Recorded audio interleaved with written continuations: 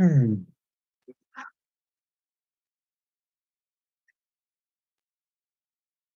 Is the gang all here? I don't even know. Oh yeah, oh yeah. Yeah, I think so. It's not quite 5 yet. There we go. Now it's 5. Hey everybody, this is Matt and we're at Texas Toast Guitars. Hey guys. I'm feeling a little under the weather today. I think I've got mononucleosis. That's the kissing disease. You've been doing a lot of kissing, So Chris is going to drinking out of water fountains. talk to us today about some of his favorite guitars. You're gonna have to sort of lead me into some of this, I think.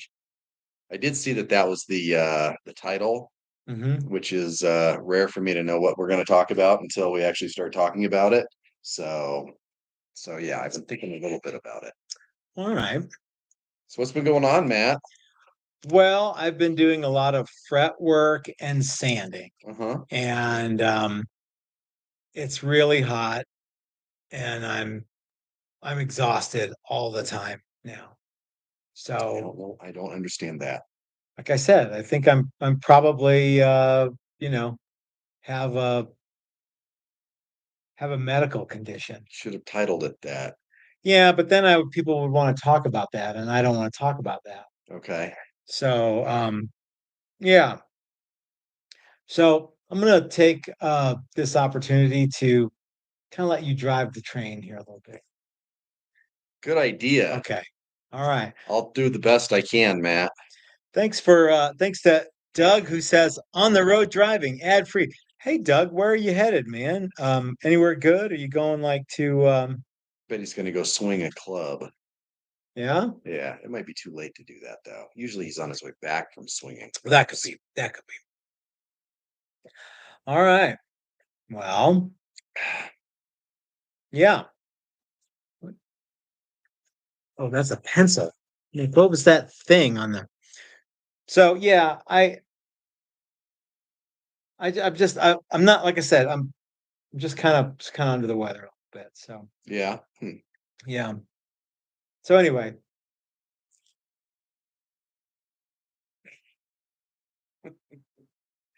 What have I been up to? Thanks for asking, uh-huh. Matt. Let's see. Did some sealer early in the week. Um, did a lot of sealer early in the week. Did some paint on Tuesday. Did some paint and assembly yesterday. Did more paint today. Worked a little bit on assembly of some stuff. Yeah. Van Shank Guitars just sent us a super chat, and he also sent me some pictures of some edge files that he had made. They're like I think he said they were 3D printed and they hold the file at an angle. I can't remember. I can't remember off the top of my head who he said made those. Maybe he'll chime in. Um, but I also got an email from um, uh, Jacob at the guy who made the see, you know what? Hold on. Vamp for a little bit, Chris. And I'm gonna see if I can find that. Okay. Ready?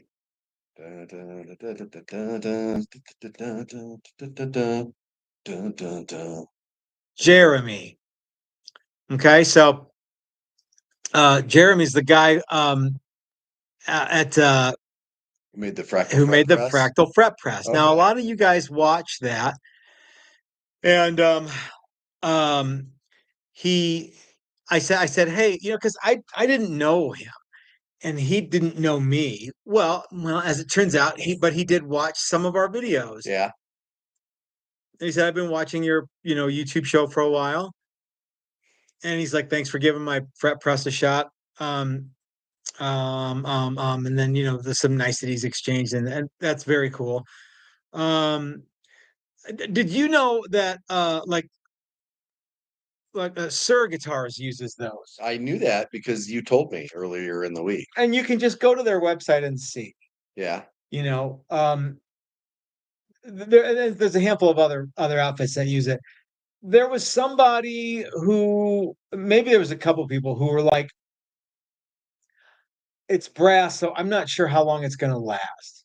And I'm like, Well, like I said, I haven't used it that much either. It's a new tool to me, but the brass call that I got from Stuart McDonald, I've had those things for going on a decade, and I think I confused the guy who said, "How long will it last if it's brass?" He's like, I thought you like just got it, and now you're saying that you've had it for a no." So I tried to clarify a little bit, but I probably got that wrong. And Yeah. but I think brass is harder than nickel. I know it is. well, so Sir uses it because they have conical fretboards and stainless steel Mm. frets, and he says that when talking with the guys at Sir, they say that they get about 600 to 700 guitars out of one of those fractal fret presses. Okay.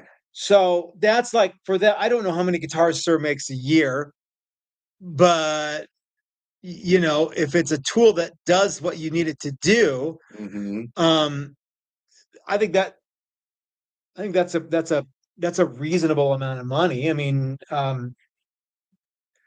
They keep buying them, so they must see some benefit they to like using them. it. Yeah, Yeah. yeah, After watching it be used, when you first got it, I was like, well, it seems kind of narrow. I sort of understand maybe why it's that narrow, but now I totally get why it's narrow.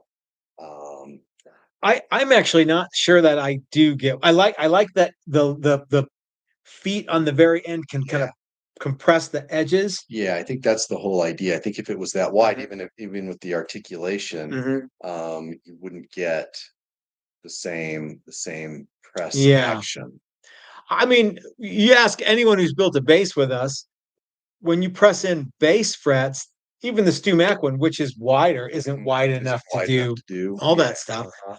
Let's take a super Yeah. chat from Jay, who says, "No ads, more cowbell." Um, Thank you, We Jay. we could have we could have a cowbell We should sound. we should have one. Yeah. Bink, bink, bink. So anyway, so he got back to me and said thanks for making that cool video, and I really like that product. I Yeah, I it's think cool. it's a good. Now we don't do anything with conical radiuses. Um, And we've known this for a long time. If your board isn't exactly exact, oh yeah, using a 10-inch radius call can lead to problems. yeah. If you have a 9.5 inch or nine Hmm. and three quarter, you won't see it, but No, you you could won't. have some But some yeah, stuff you're come gonna up have on the some. Yeah, ends. and typically, um, as a guy that's done lots of frets, lots of leveling of frets, typically where you'll have high frets is on the ends. Every Yeah, once in a while you run into one in the middle, and I actually think that's the other frets are lower. Um, or maybe your fret slot isn't deep enough or something. It just can't go. I yeah, don't know. I don't. and There's lots of things it it's could be. not usually that, but anyway, it's usually on the ends. And the reason that I think that is because depending on your method of sanding, you might have a little bit of fall off right at the edge Mhm. that call can't accommodate. Yep. So this allows you to accommodate that not exactly exact And if you radius. try to like hit it with a hammer, Hmm. thunk, You just bonk, yeah, you and force a then flat funk, spot in it if you're bonk. not Yeah. careful. Yeah, because I used to do that. I used to knock them all over, Hmm. all the way down, and that's even how we taught class for a while. Yeah. And that can be problematic as well. You can pop it out other places. You can get a Yeah. flat spot in it. Yeah, yeah. It doesn't take a whole lot to damage fret wire. Wayne sent us a super chat and said, "Did you pull all the guitars out of the bunker?" No, he didn't. He said, "Did you pull all of the guitars out of the bunker? Too much humidity there underground?" No, they're all sold. So yeah. Actually, no, they're not all sold, but we did send some guitars to Matt's Guitars in Virginia. We shipped a bunch of instruments.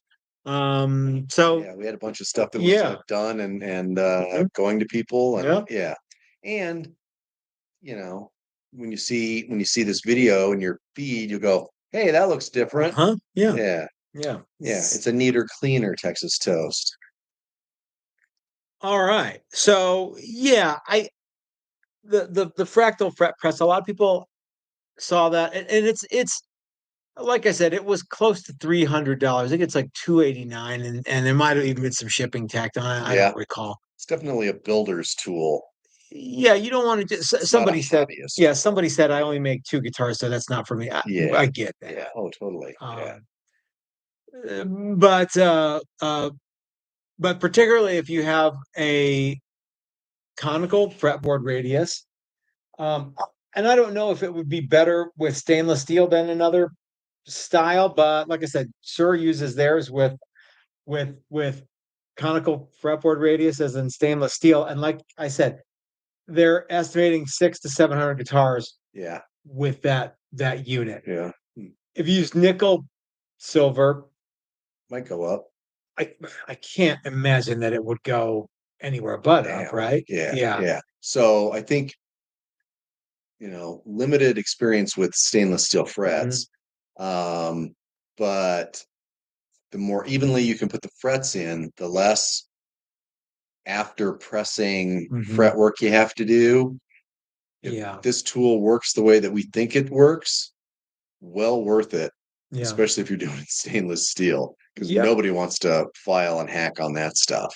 And or if you have a compound or conical radius Yeah, and fretboard, then that as well. because remember, So, you have to your call has to match the fretboard. So it's easy to go, well, that's well, an the impossibility. 10-inch one is Yeah. easy, the 16-inch one is easy. Like I think you can get, you can get 12 and 14 from Stumac. I don't know if you can get anything in between. So you're kind of going to have to, like, you'd be switching fret things and kind of monkeying around with that, and or you'd be beating them in with a hammer. Yeah. And I think that beating him in with a hammer is how about this? Is not the way I want to go. Yep. Um, Yeah. So there you go. yep, yep. Everything you wanted to know about the fractal fret press But it tool. was good to hear from that guy, though. Jeffrey Egan sent us a super chat and says the Nocaster is even more beautifuler in person. Awesome guitar. Oh, that's Good. cool. Thank you, Excellent. Jeffrey. That Yeah. I liked that guitar. That was one that we built with a workshop, right? In the last Nocaster class. And that has Dylan pickups and It does have Dylan yeah, pickups in it. Yep. Hipshot and other good stuff on it. Cool. Yep. All right. Yep. A bridge, All right. 6 strings, Cool. buttons, strap and tuner. It's Mhm. got all the buttons. All right. Well, so Chris, why don't you tell us a little bit about some of your favorite instruments while I not talk? While you fall asleep. Um, my favorite guitars. Hmm. I think the first guitar that really struck me as being something cool is the Stratocaster. I remember drawing pictures of Stratocasters, or at least Stratocaster shaped things. I was making concert posters or recreating concert posters. And Okay. the Stratocaster was something that I just sort of happened to draw. Were they like when you were a young man or No, this was last week. okay. Yeah, no, when I was a little kid, 7, 8 years old, before I even, really knew that I wanted to play guitar. Had a neighbor, maybe that's where it came from. Had a neighbor who played guitar. He was quite a bit older than me. I think he was in high school, and I was 6 or 7. Yeah. So, and we went over there and he showed me how to play like a C chord, and he was pressing my fingers and about killing me, Yeah. you know. This is a C chord. Ow, I don't want to play that. I was goofing around with a buddy of mine's. This is why I was probably in fifth grade or something. And a buddy of mine came out to I was living in Colorado at the time, and a buddy of mine moved from wherever he lived to Colorado and stayed with his uncle and his cousin for a little while for some reason. I don't remember why. And his name was Mike Lee. I don't know why I remember that. Anyway, his uncle was like this cool dude, Huh? and he was like this guy Mike played drums, and so his uncle was like, "Well, do you want to try the guitar? I have this guitar," and I remember it was a Strat, and it Yeah. was just in the closet. And I wonder, I don't know if it was a real Fender or maybe it was like but it was, but it might have been. I Yeah. wonder how this would have been in like 81 or 2. Okay. So yeah, Yeah. I don't know. I don't know what made me think of that, but something just flashed into my Mhm. brain of that. So yeah. Um, and so I actually got my first guitar from him. He had an old Silvertone classical guitar. I'm not sure who made it, but it said Silvertone on the headstock. It was definitely classical. Um, and we traded a dog and a bunch of other stuff to him and his family, his parents. And one of the trade items was this this used classical guitar. You know, that with inflation, you get a lot more for a dog now. I don't know. It was a pretty turdy dog. I You think get, we ended up on the good end of the you stick. get, yeah, Let me list the items with, that we got for that dog. okay. It was a Scottish Terrier, little black Scotty, yappy dog, peed all over everything, liked to poop, like would come inside to poop. But for whatever reason, the neighbors liked it, and my parents said, "Well, you want the dog?" And they said, "Sure." And then they said, "How about a bunch of junk?" I think basically they were cleaning out the house. The kids had, yeah, whatever. We got the guitar, chemistry set with most of the chemicals still in it. Used spirograph set with most of the cogs not broken off. Dead baseball bat, aluminum baseball bat. You know, you flip them over and you bang them on the ground by the handle. And if it goes bing, bing, bing, it's a good bat. And if it goes thud, it's a dead bat. I had no idea that Yep, was, I that's a didn't real know that. thing. I did not My know that. sister got a bunch of Barbie dolls. Oh, Good trade all the way around. And we didn't have to put up with that dumb dog anymore.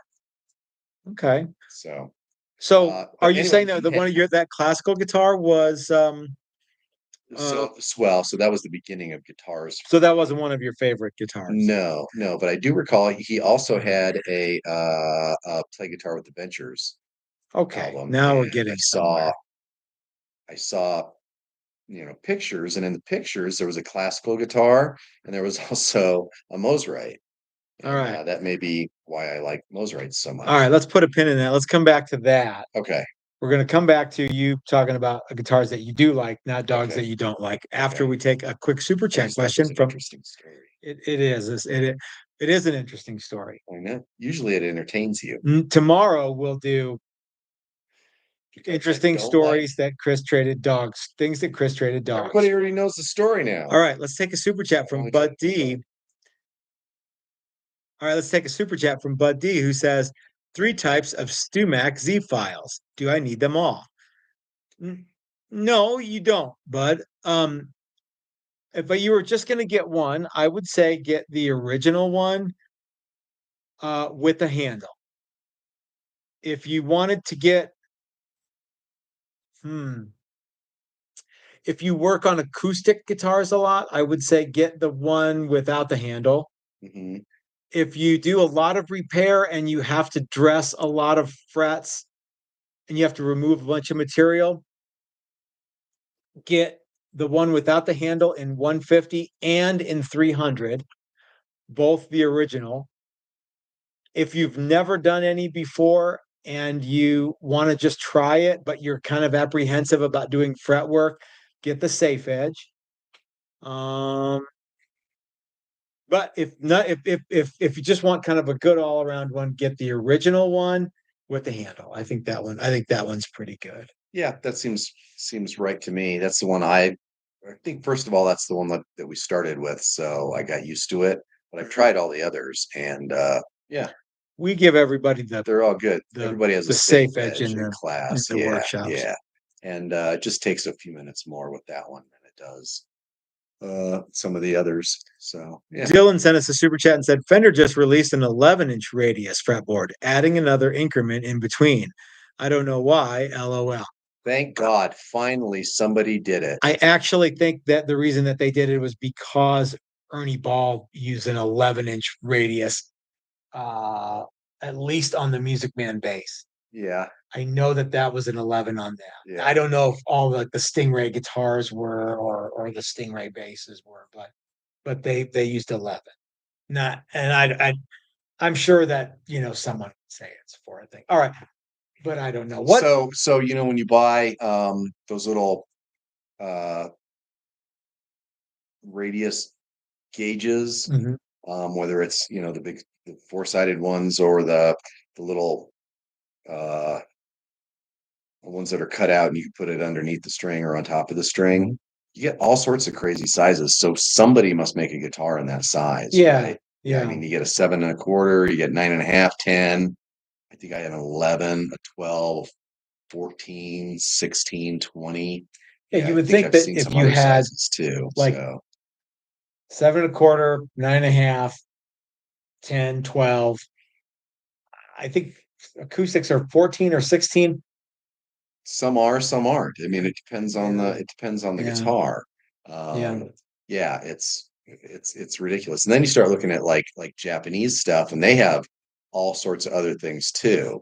Mm, Um, most of them equate to something in that's in right, they're all imperial, metric. Yeah. but they're all over the place too. And it's like, okay, 300 millimeter yeah, or yeah, something yeah, like that. yeah, Okay. uh-huh, yeah, 310. What?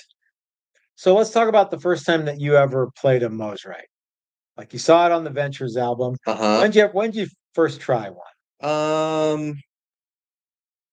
Boy, a lot later. And actually, I don't think I played oh, I know.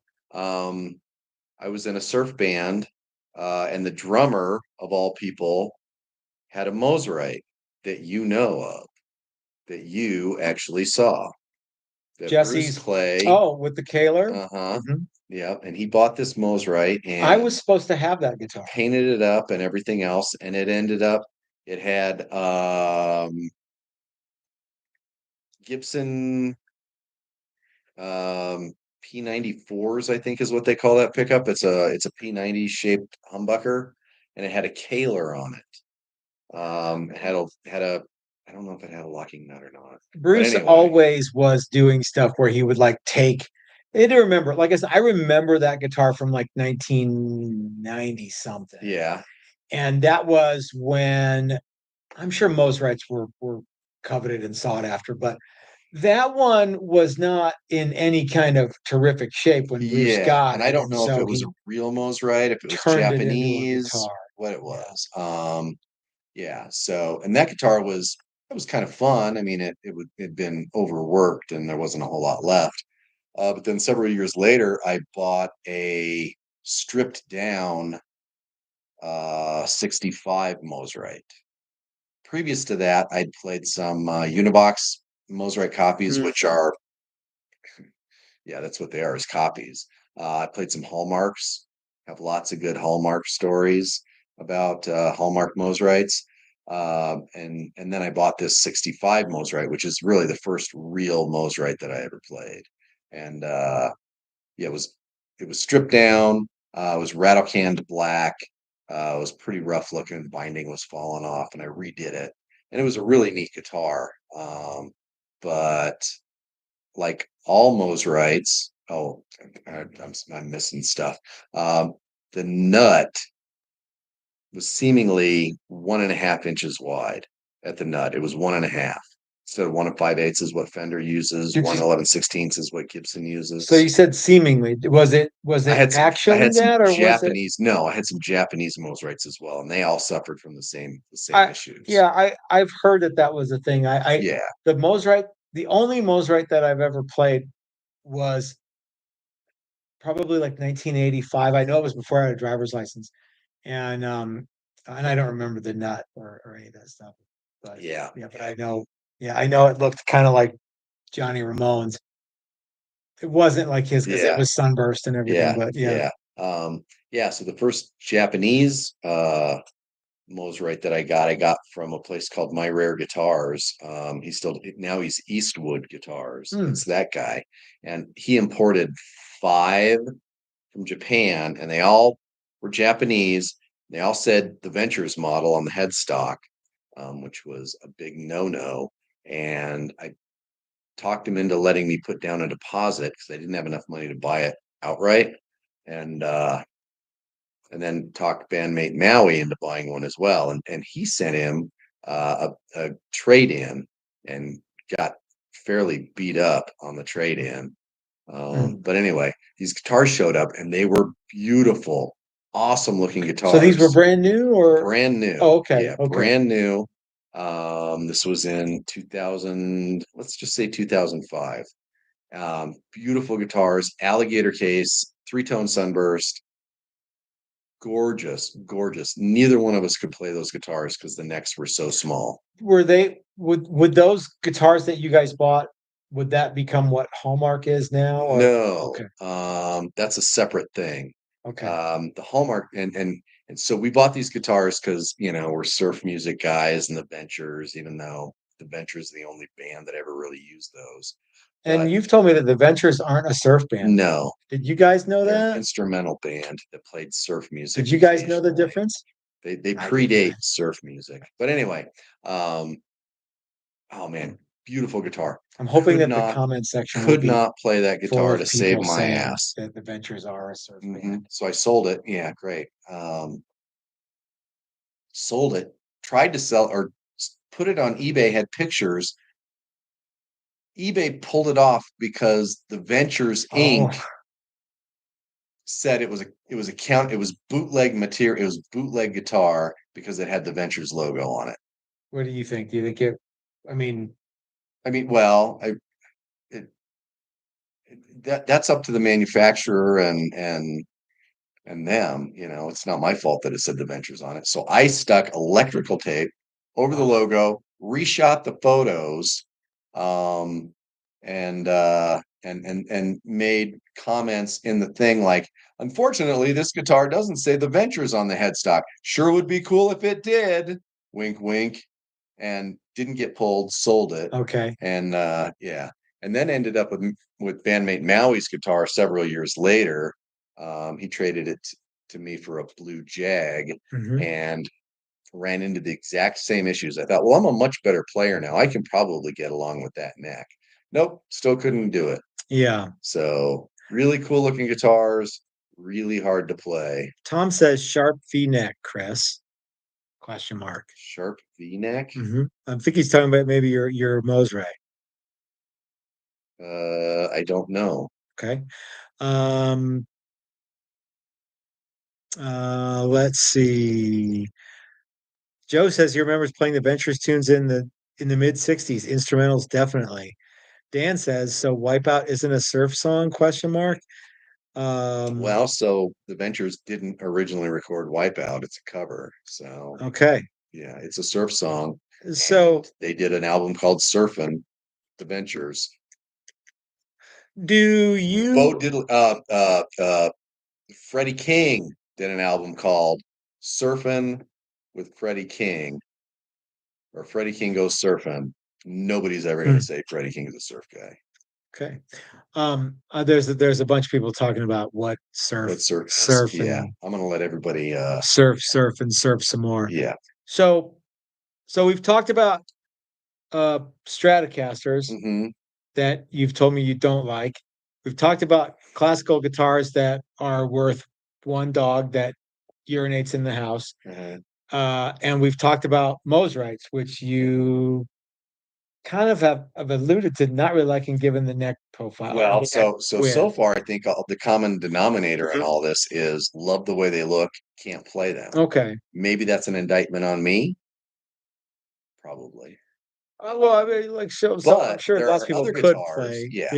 Yeah. So early on in my guitar journey, when I actually started playing guitar Okay. and trying to actually get good at playing guitar, some people will say I still haven't done that. I had a Stratocaster and I had a Telecaster that I was putting together from parts. Okay. And I did the paint, and I did this and that, and I was um, I needed I needed an electro socket or a Telecaster cup, something like that. And I'd been following this local band around called the Beloved Invaders, our good friend Boulder Bob, and he played a Jazzmaster. Now, have I ever actually met Yeah, Bob? he's come by during. I mean, I know what he looks during like, and I know I've seen his band, but during Texas Toast Days. that's right. That's right. Yeah. I don't. Yeah, I don't know. I don't know. Okay, I think that's Yep. the only time I've ever actually met him. So he has a Jazzmaster. Mm-hmm. Had a really neat 58 Jazzmaster first year. And so anyway, so I walk into my local music around looking for a electro socket Telecaster cup to Mm-hmm. finish up this guitar. Look over on the wall, there's a white Jazzmaster, $250. I'm like, I take it down, I look at it, I'm like, well, shit, yeah, I'll take that. Okay. No electro socket, no Telecaster cup. Don't get that Won't be needing guitar. those anymore. Well, no, I won't. Took this guitar home, fell in love Okay. with this guitar. Now we have one more surf question, and then let's talk more about. Okay. Okay. Joy says, "Was Hawaii Five-O a cover then? Ventures did that, right? If they are not a surf band, they do not do a lot to change that perception. LOL. I love them." Who did write the theme from Hawaii Five-O? So some TV guy wrote that, and Oh the yeah. original version was 30 seconds long. The Ventures then expanded on that and recorded the song and made it a hit version. Was the theme song to the actual television show, did that have like electric guitars? Mm-hmm.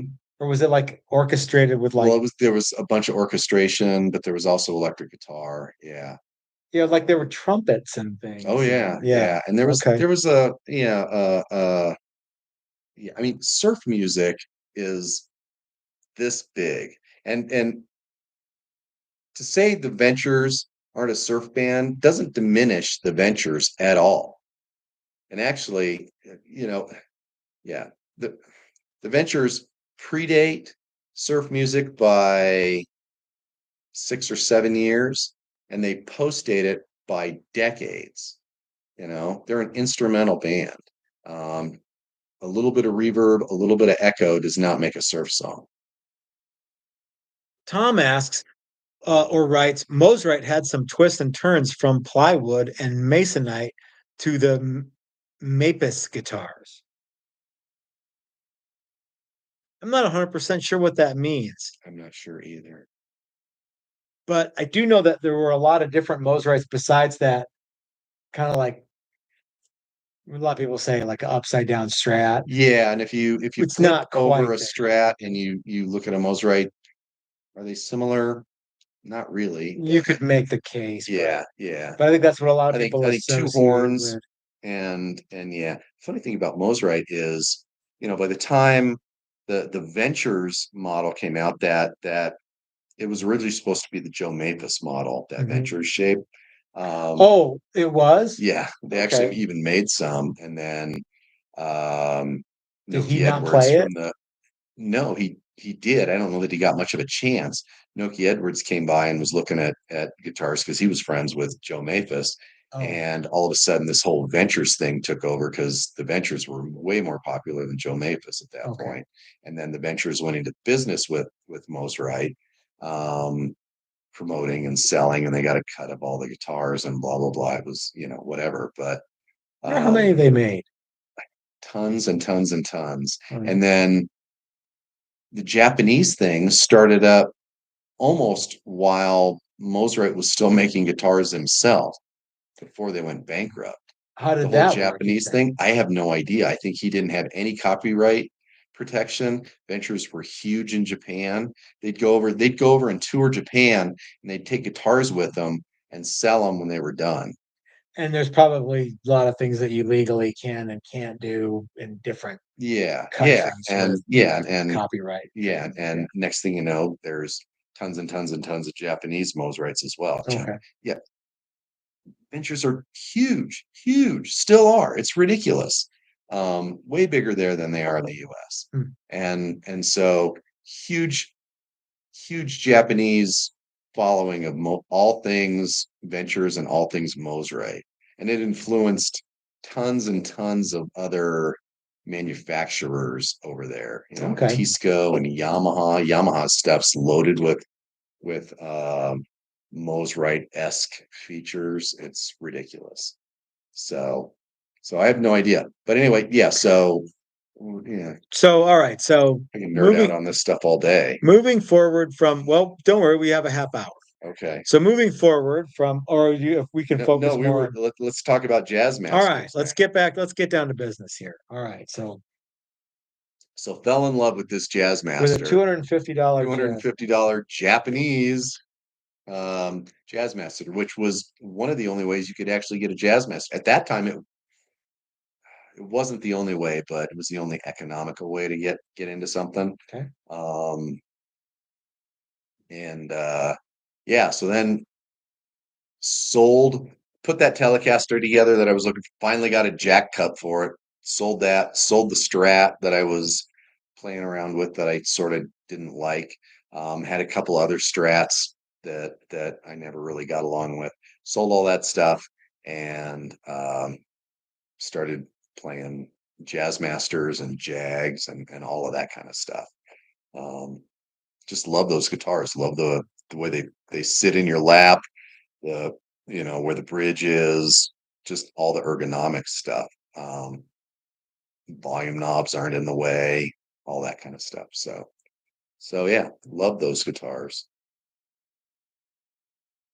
Cool. Do you still have one? Yeah, I have several Jazzmasters. My favorite is the Super Casanova or the Casanova. Yeah, the Super Casanova that I built several years ago here.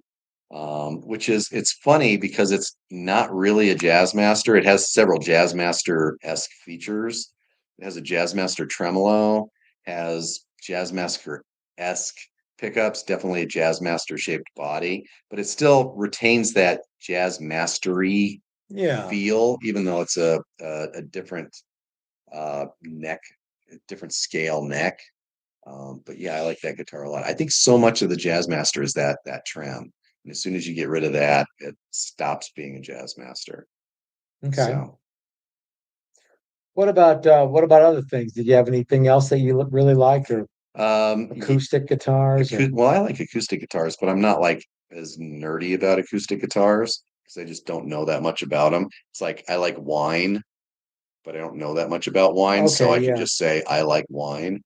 Same with whiskey, you know. Mhm. Oh, this one's no, I don't. Oh, it tastes like whiskey. All right, cool. Okay. Yeah, plays like an acoustic guitar. Um, so the last guitar that I think I really nerded out over is a guitar. Um, I kind of have a thing for. I don't even know that I have a thing for Japanese guitars because I don't. But on Craigslist one day there was an ad for a guitar that said old Yamaha guitar. There was a picture of it, and it was sort of Jazzmaster shaped. And I was like, and it was $100. Actually, it was $150. And I called the guy and went over to his house. He actually lived over near Maui. And I went over there and I looked at it and I was like, this thing is cool. It's really neat. You take $100 for it? Yep. Okay. So I went home, had no idea what it was, started Googling and looking stuff up. And it turns out it's the Yamaha's first electric guitar that they ever built called the SG2 for super guitar in 1966. And it's their version of a Jazzmaster, which I think is why I like it. Um, but it's like the Japanese do everything slightly better when they can. Not every back then, most Japanese stuff was cheap because that's what the importer wanted. That's what the consumer wanted. But these guitars were built top end. And so they had just all sorts of things. Any place that the guitar is adjusted over and over, there are brass inserts for the screws to go up and down in. So the wood won't wear out. It won't strip out. I wonder how many times you can adjust it, like 600. Yeah, probably. Okay. Well, it's brass, so I mean it's not gonna last Sure, forever. sure. Um, but yeah, and Yeah, so pickups are a ride on that stuff. The funny thing is they used foam then, which disintegrates over time, and then so you can't adjust them after 50 years. Mhm. But anyway, super cool guitars, and they sound great. They've got these slightly hotter than P90 esque pickups in them. They're shaped They're really cool. like a Fender single coil though, or are they Yeah, kind of. Yeah, pretty much like a slightly bigger Strat pickup or a okay. Jag pickup. It's got a lot of Jag Mm. features in it. Um, and then I found out that Link Ray played an SG2 Oh, for decades. His Screamin' Red guitar is an SG2. And I mean, there's tons of videos of him playing this thing, and it sounds great. speaking of Screamin' Red guitars, uh, Doc says your sparkle pink TTG Jaguar is absolutely the best one I've ever played. Such a cool guitar. Which one is that? That's that Jag that I did last year and did the long video. The roasted pine one? Yeah, the roasted And was pine it one with okay? the roasted maple neck and the ebony fingerboard. Yeah, the guitar's really neat. Mike says that guitar is cool. Yep, I play that Joe one says he quite a likes his bit. Casanova. Uh-huh. Joe McCarthy has a top of the line one, doesn't he? A Super Casanova. I can't I remember. think he does. Does he? I think he might have. I I think he think he does. might have the Beetle Kill Pine Mm, Casanova LTD. I don't know. I don't know. He Maybe he should has one tell of us each. what it is. I think that's what it is. Yeah, that guitar was going to be mine for a red hot minute. Curtis asks, "Is the Casanova a TTG inspired by Mosrite?" So there's been a lot of people flinging around the term Casanova, Super Casanova. Can you tell everybody what those are and So why this we was will this or was won't make early them? early on in the Texas Toast days, and I think you and I built one of the first things that we did um, was challenge ourselves to see how long it would take to build three Hmm. Jazzmasters, and we I came over to the house and we roughed out three necks in a day, and by roughed out I mean truss rods installed and shape cut out. That was about all we got done Okay. that day. And then we did the same thing with bodies the next day using plunge routers and templates. Jazzmaster has a lot of plunge routing, and if you don't have a pin router, even if you do, And I think it I think takes a lot. literally the next week we went and got the pin router. I know it was right Yeah, around and there. Yeah. and but anyway, we ended up building these three things, and then the idea that, well, we should build more of these things, but let's Texas toast them up a little bit. So we came up with Casanova, and actually I think Super Casanova was the first thing that we came up with. Mhm. um, and that's a basically was a Challenger with a Jazzmaster outline. Yeah. Back Yeah. then It it was had. like, from bridge to neck, every guitar is basically the same, Uh-huh. right? We can add a trim, we can do this, but that's it. So we had the Super Casanova was top end one. And that had like Usually, binding. yeah, binding, usually fabric topped. Mhm. Yeah, really tricked out. Yeah, full bling. But But it had our our neck. headstock, our neck, our Yeah. headstock, Yeah. 24 3/4 scale. Hmm. We had the Casanova Deluxe, which was that guitar, but slightly scaled down, no binding. It had Fender style contouring, Yeah, but yeah. but our neck, and it Uh-huh. was a set And I neck. think there's probably about two of those in the I world. know there's one, but I don't. Yeah, I remember the blue one. Yeah, there Yeah, might be. the world's biggest neck. Uh-huh. Um, and then there was the Casanova LTD. Mhm. And really, this was almost all just named after car stuff, right? Like the No. Ford. No, but I mean, like the LTD and the Deluxe. Yeah. Like a Ford LTD was not the top end Yeah. thing. Even it's limited. Yeah, it's Yeah. limited to how many we can sell that year. The Yeah, and that was just basically that was a bolted on 25 and a half Yeah, and that inch was just a scale. standard Yeah, with a Jazzmaster. slightly different headstock. Yeah, Yeah. yeah, with a not get your hand slapped headstock. And the name Super Casanova came from a Fu Manchu song, It's the first words in a song called Slee Stack. Mhm. And I just thought that sounded really cool. So Mhm. that's what Yeah. that's. And in print, you know, Casanova LTD, Mhm, Casanova Deluxe, Super mhm, Casanova, mhm. looks really, really good. So, Rob, uh, before you go, I want you to know that Matt should have his guitars tomorrow. I need to call him and tell him that I sent him the guitars and some shirts because I don't know if he even knows they're on the way. Um, so we'll see. But thanks for hanging out with us, man. Um, Joe says that yes, he has a Beetle Kill Pine. yeah, that's Cas- that super good looking kind of almost, I don't want to call it black burst because it's not, it's translucent yeah, black burst. or yeah. I just called it black burst. So There you Curtis, go. That the was a great guitar. the Casanova line of instruments was really more inspired by the Fender Jazzmaster than the Mosrite. However, we have made some We made a guitars that we called the Toast Right. Yeah, we made some toast rights. That You was actually called one it of the that. guitar. Well, yeah, that was one of the first things that you and I did was built me and bandmate Maui Mosrite inspired guitars with necks that weren't so small.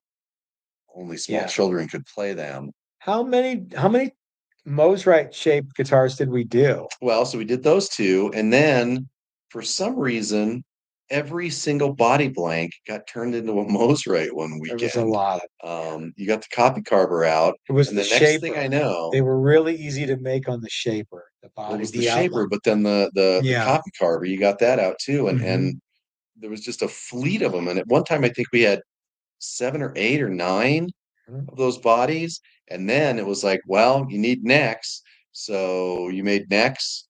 There were a bunch of necks. And it was like, well, if we ever need one, we'll have them. And yes, we slowly made Hmm. a bunch of those. And I think, yeah, I made a really nice um Mosrite Ventures for myself. Monkey made one. Had a bunch of those things. Yeah. We made some others then after those. Yeah. Made one out of black limba that was It's pretty ridiculously neat. cool. We're Yeah. actually making one for Doug's Uh-huh. 1010 Yellow right Yeah. now. Yep. So yeah, yeah, really cool guitars. Lots and lots of tough to get hardware. Oh, yeah. If You you want it know, to look right, if you you want it have to, to. yeah, Yeah. be not just be a Les Paul shaped Mosrite or a Mosrite shaped Les Paul, Yeah. which is what a univox is. Okay. So yeah, yeah, weird trims, weird pickups. Yeah, Have you have you seen Ed Elliott's new? I have. You can get pickups from Ed, You right? can, yeah, yeah, Okay. really great pickups. That's what I put in that one of mine, and they were Can you get fantastic. bridges and stuff from him, You or cannot. what does he use? Do you know? I think he makes his own, but he only makes Okay. enough for himself. He still sand casts them and does it, all old school, a la Mosrite in the 60s and 70s. When Joy and I went to New Mexico, we stopped by his. I looked up his, like, he had a picture, and I could see the. I knew what area of Raton it's in, and it's not that there's that many areas of Raton, but I knew what area it was in, and I could see the number, and I'm like, let's see if we can find this. So we did. He had not moved in No, yet, not yet. but he had taken a picture of the building. But we were able to find the building. I kind of want to go down there and see his new So he has place. that one and one next door too. It's it's a I think he actually said he has that one and one down the street on the First Avenue, not Yeah. not Okay. on the main street. Yeah. But I don't know. I thought it was one and then Caddy Corner It's a was the other. He has a big facility, I think, down there, and it's a New Mexico. On I know this because on the building it's got like a little placard that says, on the whatever historical building. Mm, So Curtis, if you're up in the Raton area, or if you want to go up and see Ed Elliott, give it a few months. he's the guy he's still doing Mosrite stuff. Yeah, pretty much dead nuts. He used to Yeah. work at Mosrite, He right? did. Yeah, he Yeah. apprenticed in the 70s, late 70s. Mhm. I think in the Boonville, Arkansas Okay. factory. Joy Um, says it was a cool building. She was yeah, there. yeah, the building looks really, really neat. It's pretty neat. It's This is going to sound bad, but it might be the nicest block in all of Raton. There's a lot of neat stuff in Raton. It's just all boarded up, and Mhm. every time I go there, I'm like, this is a cool little downtown area. I Mhm. wish there was some more industry that would keep this from So, being, just because you got to kind of go a little bit off the highway to get there, mhm. and not a lot of people driving through Raton go off the highway to see Yep. it. And I hope that Ed does really well there. Yeah. So, I heard this story from the lead guitar player from a band called the Fireballs. Also, not a surf band, predates surf, but same era as the Ventures. And a guy named George Tomsko, who was from Raton, New Mexico, and then recorded at Norman Petty's studio in Clovis, New Mexico, where Buddy Holly also recorded. So that's my connection. Surf, Buddy Holly, really like George Trying to think of Tomsko. where Clovis is. I know where Clayton is. Yeah. Where's Clovis? Okay, anyway. Um, anyway, so it's not too far from there. Anyway, got to meet him and was talking to him and said, so you're still living in Raton. Last time I was there, didn't seem like there was a whole lot going on. He says, yeah, I think people in Raton like it that way. He said years and years ago, um, Levi Strauss, thought they might want to put their factory in Raton. Hmm. And they flew into town, and basically the city planners chased them off. Whatever the opposite of rolling out the red carpet is, Correct. that's what they Yeah. did. Yeah. They said, yeah, they thought they were going to get the red carpet treatment. You might even said those words, and instead landed drove into town to an empty town and nothing. Yeah. No, Oh no, wow. nothing. And no incentives, no nothing to put Levi Strauss Hmm. in Raton, New Mexico. And I thought, okay. So yeah, kind of explains why Raton is Raton. So Um, let's take a super chat from Doug, who says, well, I'm definitely still going to be able to claim that I own the most Texas Toast guitars in the at this point, Doug, you can do that. However, there are some people that are making moves. And yep. by the way, Doug, for people who don't know, Joey Dano Guitars is also Doug Santaniello. Joy wants to talk to you about something, Doug, and I think that you are going to really like that. Lucky Jackson asks, "Hey guys, Stevie Ray Vaughan had his guitars made with an Indian Laurel fretboard. Do you have experience with Indian Laurel?" No, I don't. So Indian Laurel is what a lot of companies are now using as a dark rosewood-esque looking fingerboard. I think because it's very, very available. Lots of people don't necessarily like it because it's not probably dark enough. You think Stevie Ray actually said, "Hey, I got to have No, this fretboard wood," or did no, he just get one that had that? no. So the original, How well, many so necks, I wonder, did the he keep up? original Stevie Ray Vaughan Fender thing, they made a couple prototypes with rosewood, and then after that, they started using Palfaro, and Yeah, all the Stevie Ray Vaughan guitars have the Palfaro Pop Arrow. Okay. uh, fingerboards. Indian Laurel, I don't know that much about it. It can look kind of gray Oh, okay. um, in comparison to brown rosewood. Um, yeah, internet forums are chock full of "I hate Indian Laurel." Really? Yeah, Okay. I don't think I've ever um, used it. I've never used it. I've seen it. I have a guitar with it. Seems fine to me. Is it the prettiest fretboard I've ever seen? No. I wonder what do you think? What? Oh, Is the so guitar $400? Yeah. Stevie Ray had that guitar that was made that had his name on the fretboard. I Yep. wonder what fretboard material he used for that. I don't know. So that was a gift from Billy Gibbons. Is that right? Uh-huh. And it says Stevie Vaughan because when he Oh, commissioned the guitar, he was still known as Stevie I Vaughan. did not know that. So yeah. Hey, Rod sent us a super chat and said, I "Just think it's got a home." Hamilton. Hamiltone. I don't Yeah. know. I Hey, have hey, Rod vast sent it. knowledge of nothing. Hey, why don't you read that? I can't read it from here. Hey, Rod sent us a super chat and says, "Just got home. Guitar made it here." That's a long way to get to Alaska. Good.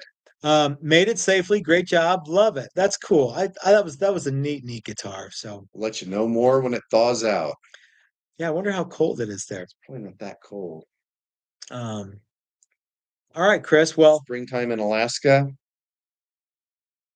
yep. All right. So what else you got for so if you were gonna make a guitar, would you use the Indian Laurel for the fretboard? No. What would you use? I really like that. What are we calling it? That ironwood, that black kingwood stuff. If I was wanting a really, Which I still don't even really know what it's called. no, I don't know. We make up names for that stuff. But I have a sneaking Black suspicion. iron kingwood, black Yeah, king ironwood. I have a sneaking suspicion it's roasted grenadine. That's what we hear. Yeah, but it looks consistently awesome. However, then the reason I think is because the only time I've actually seen something that was identified to me as roasted grenadillo was Mhm. at the NAM show, and Yeah, when we saw it, and we're like, wow, that looks really great. When can we get some? you I'll let you can, know. yeah, Never heard about it yeah, again.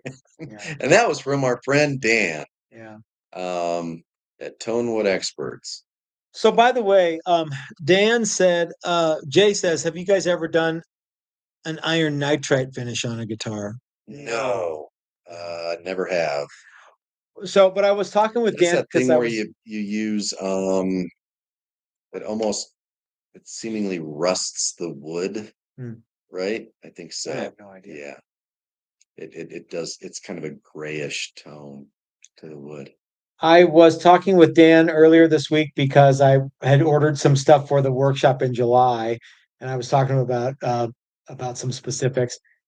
And he was giving me a little bit of a hassle about the 2x4 SG, Well, one, which was deserved. it's no, it's nice to know that he's watching. Yeah. You know, that's actually pretty cool. Mhm. And two, I mean, yeah, probably well deserved. And he said, we have a lot of we have a lot of seconds and like he actually called it practice wood. Yeah. And Wasn't somebody else talking about practice wood too? well, that was sort of the whole idea with the 2x4 guitar Hmm. was that should I practice on a 2x4 guitar? Uh-huh. And I said no. And then I thought, well, why? I mean, I know why I don't think so, but I don't know if everybody else is going to know why I don't think that you should. Well, I think people still don't. People that get it, and people Mhm, that don't are never going to get it. You know, I got to practice on the 2x4 guitar. I mhm. don't need to practice. Well, you didn't practice shaping though. You No, I didn't. practiced I practiced painting. squirting paint, which I Yeah. guess you could do. Yeah, but I mean, it's the same thing, right? Well, I think Steve is going to say the same thing to me when I take it to his shop and say, here, pleck this. Plec or practice. He'll Yeah, say, practice plecking. practice on this. Yeah, I don't Yeah. need to practice, He'll say, man. I I don't know want how it. to do it. And furthermore, I don't want to.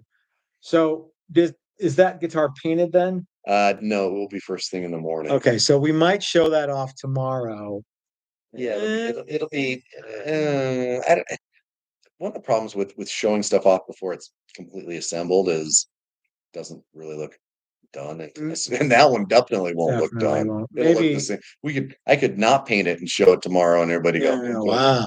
Yeah. Yeah, maybe I'll do a short on that because well, the other thing is I don't know when you're gonna get around to spraying the final coats of top coat It'll be before noon on it. tomorrow. Okay. So So will there be a reveal tomorrow? yes, there will be a reveal tomorrow. A What very will you nice be reveal. revealing tomorrow? A very it'd be a very special episode of reveal. That's all I'm going to say. Okay. Jay says it looks awesome on maple, especially curly maple. Use some on custom gun stocks. You can really pull the grain. Oh, you know what, Jay? I think that Somebody Mike thinking Learn Mike showed us does. something on that Okay. turns maple into a color like it's like a roasted wood. Is that what that stuff is, Jay? Because I Okay. think there's one company that makes it and it's specific for like curly maple, like flintlock things. Jay, let me know. Yeah, he says that's what it is. Yeah. Okay. Yeah. So I got my processes mixed up. Hmm. Yeah. Still haven't done it, but No, but I did thought that look was good. pretty neat. Yeah. Yeah. Looked better than the thing I was thinking about.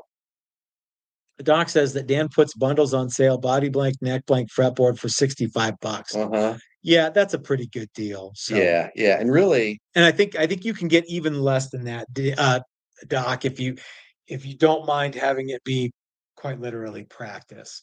yeah, well, So, and I mean, there's half the time I think it's that the wood just isn't quite as pretty as other wood. like the center's not quite in the center Yeah, of the, and so, glue it's line. You still can it's see still more. good wood to use for an instrument. It's just not pretty wood to use Yeah. for an instrument, or even it's beyond plain, but it Yeah. doesn't mean that it's not going to be good. The two by four thing, it's probably not going to be good. It's still going to be made out of two. It's still made out of two by fours. Yeah. Yeah. So, All right, gang. Well, thanks for hanging out with us. I'm sorry that I'm not I'm under the weather, but Chris is gonna take us home and I'm gonna yeah. well, so once again, thanks for watching. I really appreciate everybody watching these things and chiming in and doing live chats and super chats. We'll have a reveal tomorrow. Be sure and stay tuned. Go over and watch Dylan right now. I'm not going to talk for too long because we're already running over in time. So until tomorrow, this is Chris, And this is Matt. and we'll see you tomorrow.